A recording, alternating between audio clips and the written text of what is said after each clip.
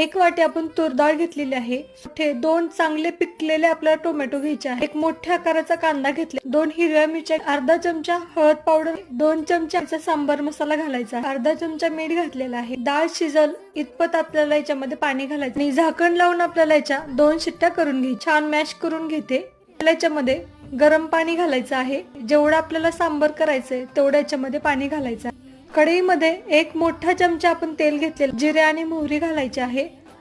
1 चमचा उडीद डाळ घालायची, सुक्या लाल मिरच्या आपण इथे घातलेल्या आहेत, कढीपत्ता सुद्धा घालायचा. त्याच्यामध्ये डाळ घालायची आहे, त्याच्यामध्ये सांबर मसाला घालायचा, लाल तिखट घालायचं आहे, चिंचेचं पाणी घालायचं, त्याच्यामध्ये मीठ घालायचं आहे.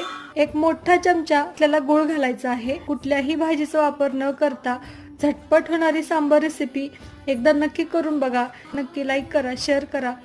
रेसिपी आवडली असेल तर शितू किचन चॅनलला सबस्क्राईब करायला मात्र अजिबात विसरू नका. धन्यवाद.